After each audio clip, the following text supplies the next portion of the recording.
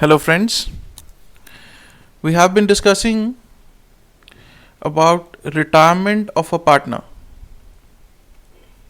right?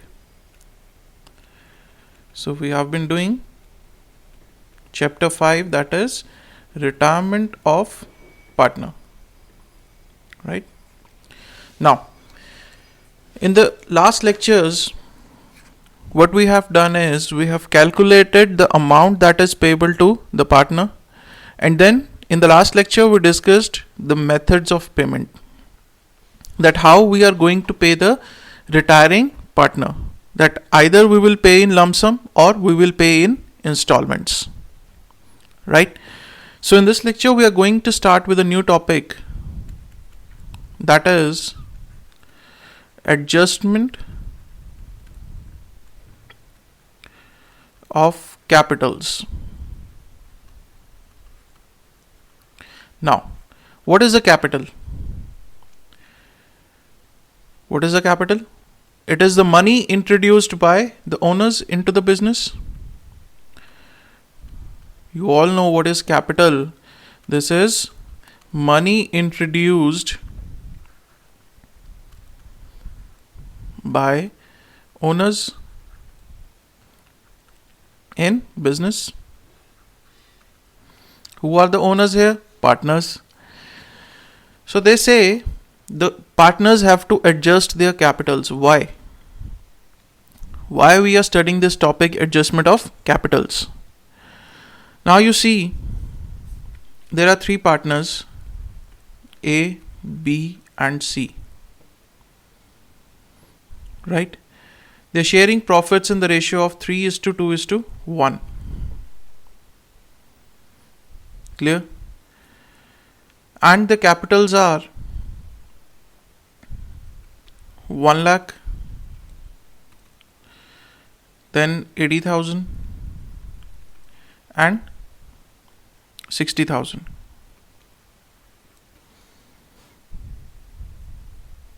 Clear? Their capitals are 1 lakh, then 80,000 and then 60,000. Out of the three partners, this A retires. This partner A, he retires. Who are left? B and C. These are the partners left in the firm. Now what they decide is, they decide that we will make our capitals proportionate to our share of profit. What they say is, make capitals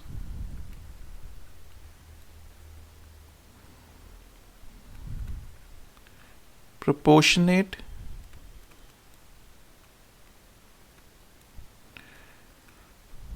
to our share of profit. What does this mean? This means that if B is getting more share, his capital should be more. If C is getting less share, his capital should be less. That is quite evident. Even now, B is having more capital, 80,000. C's capital is 60,000. But are their capitals in the ratio of 2:1? What is the new profit sharing ratio between B and C? It is 2:1. But can you tell me whether this capital is in the ratio of 2:1? Absolutely no. This is in the ratio of 4:3, not 2:1. Now we have to make these capitals 2:1. We have to make these capitals in the ratio of 2:1. Right? Okay. So there are various cases how to deal with this situation. Case 1 is, you are given the total capital of new firm. Total capital of new firm is given. Right? So you are given what is the total capital of the new firm. Let's take an example. Let's take an example. Write this down. There are three partners, X, Y, and Z. Clear? They are sharing profits in the ratio of 4:3:2. Clear? So, on 1st April 2016, Y retires. So, who are left? Okay. So, on 1st April 2016, Y retires from the partnership firm, and the new profit sharing ratio between X and Z is decided to be 5:3. Clear? Now, on the date of retirement, that is on 1/4/2016, capitals of X, Y, and Z stood at, after all adjustments, right? After all adjustments, the capital stood at 19,650. For Y, it is 19,800. And for Z, this is 9,150. On the date of retirement, after all the adjustment means regarding revaluation, goodwill, reserves, everything. After all the adjustments, their capital comes to 19,650 for X, 19,800 for Y, and 9,150 for Z. Clear? Now they say Y retires. Okay. What else information we are given is total capital of new firm. Total capital of new firm is 28,000, which is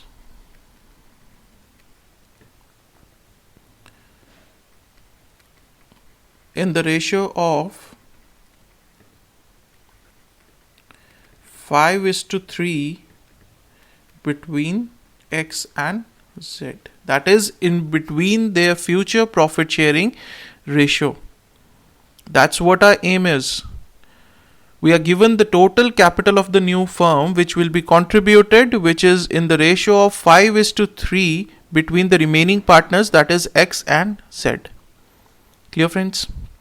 But the existing capitals are something else. Now, let's see the working. X and Z. New capital. This is 28,000. In which ratio? In the ratio of 5:3. This comes to 17,500 and 10,500. What is this reflecting? This shows the amount of capital that should be contributed by the individual partner in the new firm. That should be the amount of capital of the new firm individual partners. That means in new firm, X capital should be 17,500 and Z's capital should be 10,500. Clear? What is the existing capital? After all the adjustments, we have the existing capital of X and Z. What is the existing capital? 19,650 and 9,150. Now, can you draw some conclusion from here? We have the new capital, that is the capital that should be there in the new firm, and we have the existing capital, the capital that is already there in the firm. The X capital in the new firm should be 17,500, but he is having the capital of 19,650. So he is having an excess capital. He will withdraw that capital from the firm.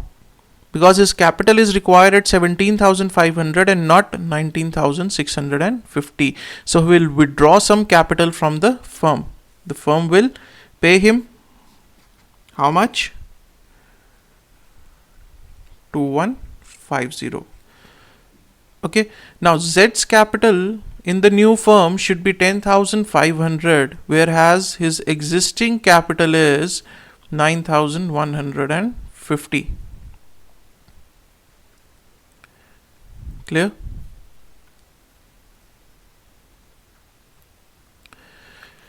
Z's capital in the new firm should be 10,500. Existing capital is 9,150. Now what will Z do? Z will bring in the short capital into the business to make it 10,500. How much? 1350. So Z will bring in 1350. X will be paid off 2,150. If they do this, their capitals will be in their profit sharing ratio. That is how we are going to adjust the capitals of the partners in case we are given the total capital of the new firm. Total capital of the new firm is 28,000. From this, we will find out the capitals that should be there in the new firm. That should be there in the new firm. We have the capitals that are already there in the new firm. Okay. So the difference will be either the partner will be paid off by the firm or the continuing partner will bring in some capital into the firm to make their capitals in their profit sharing ratio. If he is paid off 2150, his capital will be 17,500. If he brings in 1350, his capital will be 10,500, and then their capital will be in their profit sharing ratio. Clear, friends? So what will be the journal entry for this? Very simple. X capital account debit to cash account 2150. This is the excess capital being paid off to X. Okay. Then cash account debit to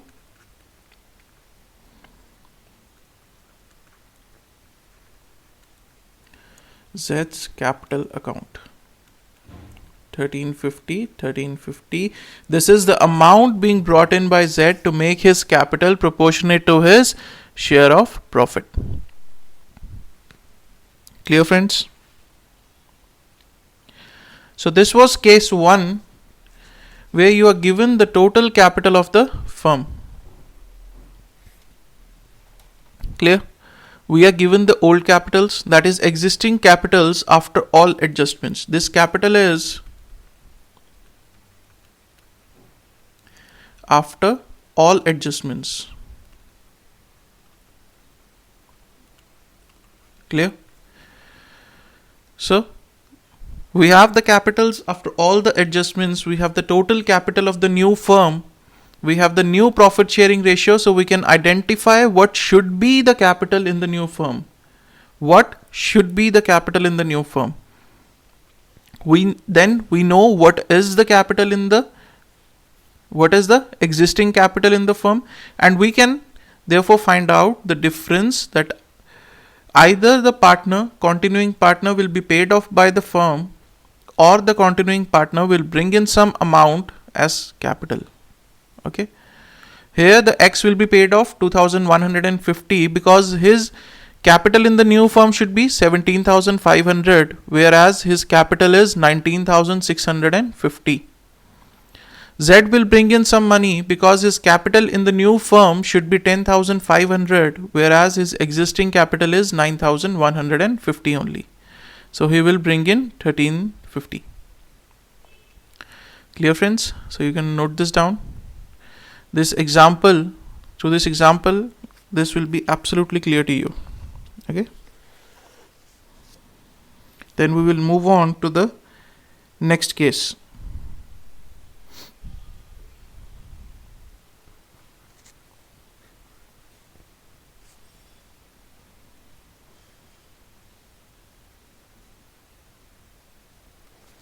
Right, friends?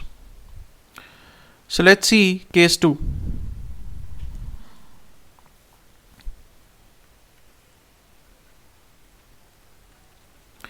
Case 2 is total capital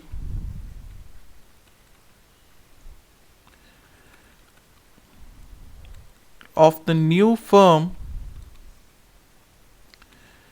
is not given. In the last case, we were given the total capital of the firm.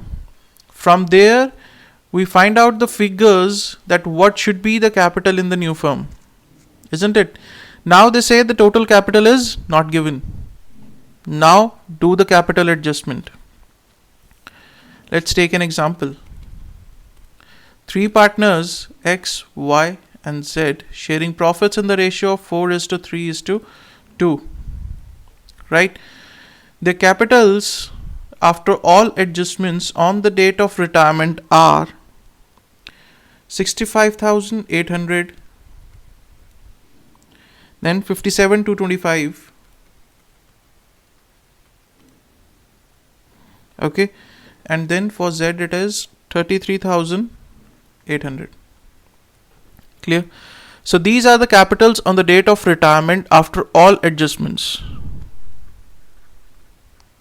After all adjustments. Clear? The new profit sharing ratio is between 2:1 between X and Z. Now they say make the capitals proportionate to the share of profit. Make capitals proportionate to share of profit. That means X and Z capital should be adjusted in a way that the capitals are in the ratio of 2:1. X contribution should be exactly double to the Z's contribution. Is it double right now? Absolutely no. If it is 33,800, it should be near to 67,000. But it is 65,800. Right? Now, how to do this? The total capital of the new firm is not given, but we can make it. How? Let's see. Total capital of new firm. Who are the continuing partners in the new firm? X and Z. What we know the capitals. So if I say X capital is this plus Z's capital is 33,800, this is the total capital of the new firm. Simple. 99,600. Now simple, we know the capitals. We sum them up. We say this is the total capital of the new firm. The capital of continuing partners. Clear? Now we have got the total capital of the new firm. We have the new profit sharing ratio. So simple. This becomes case 1. Right? Okay, let's see X and Z. What is the new capital? 99,600 in the ratio of 2:1. This comes to 66,400 and 33,200. Clear?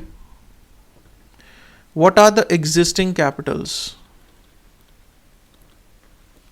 What are the existing capitals of X and Z? See, 65,800 and 33,800. Now, X capital should be 66,400, whereas his existing capital is 65,800. Existing capital is 65,800. The new capital should be 66,400. So he should be paid off, or he should bring in the capital in the firm?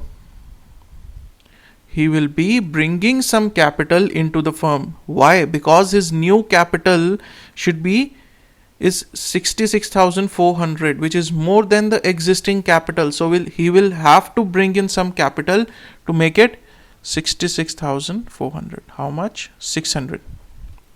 Now Z's capital in the new firm should be 33,200, whereas his existing capital is 33,800. So he's having an excess capital of 600, which will be paid off by the firm.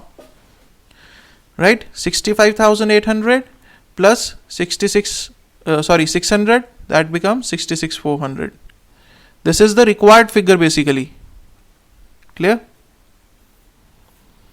For Z, the new capital should be 33,200, whereas the existing capital is 33,800.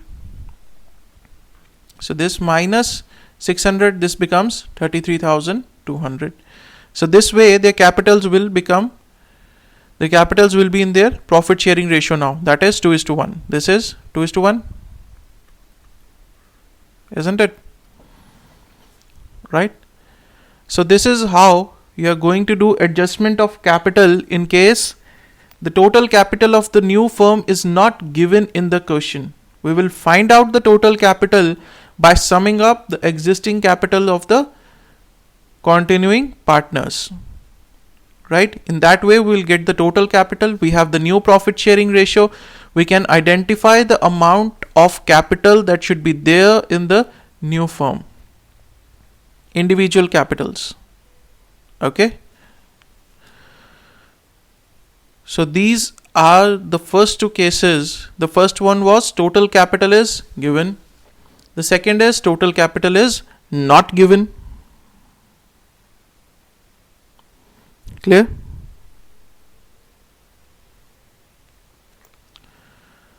So this is the case where we will first find out the total capital of the new firm. Then it becomes similar to case 1. Clear, friends? So for any queries, if you have any queries, you can always email me at ksjteaching@gmail.com. Okay. So let's see what we are going to do in the next lecture. In the next lecture, we'll do case 3 of this adjustment of capitals. Okay. Okay. This will involve payment to retiring partner through amount brought in by remaining partners. We'll say case 3. Okay. So that's all for this lecture, friends. Thank you so much.